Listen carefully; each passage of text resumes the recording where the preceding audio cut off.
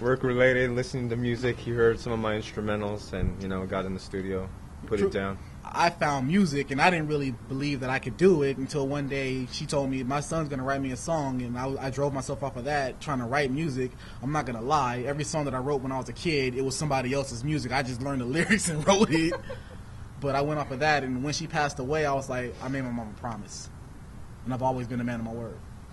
So that turned into a hobby, which kind of just later on built up into me making beats and doing it for myself, really enjoying doing it.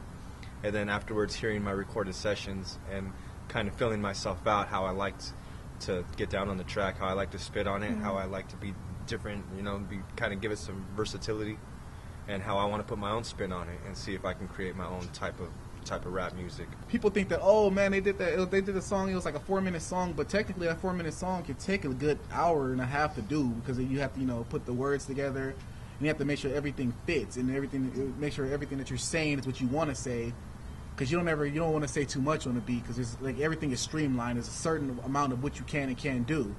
You can't be like, oh, I got a car and then I went to my house, and then you can't do that. Some words have to be cut, and then you have to make words that shouldn't rhyme to fill in those gaps. So it could take between 20 minutes to an hour to do one song.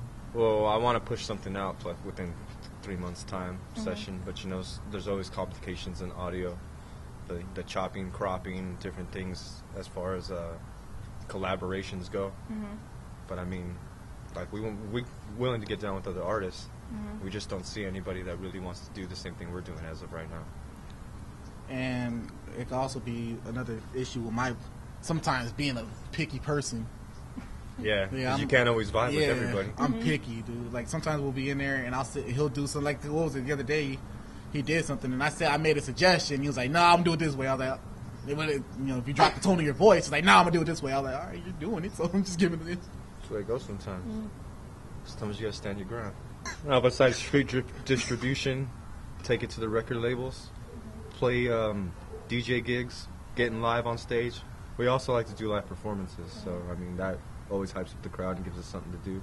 And there's always that this wonderful thing nowadays that we like to call the internet, the magical the internet.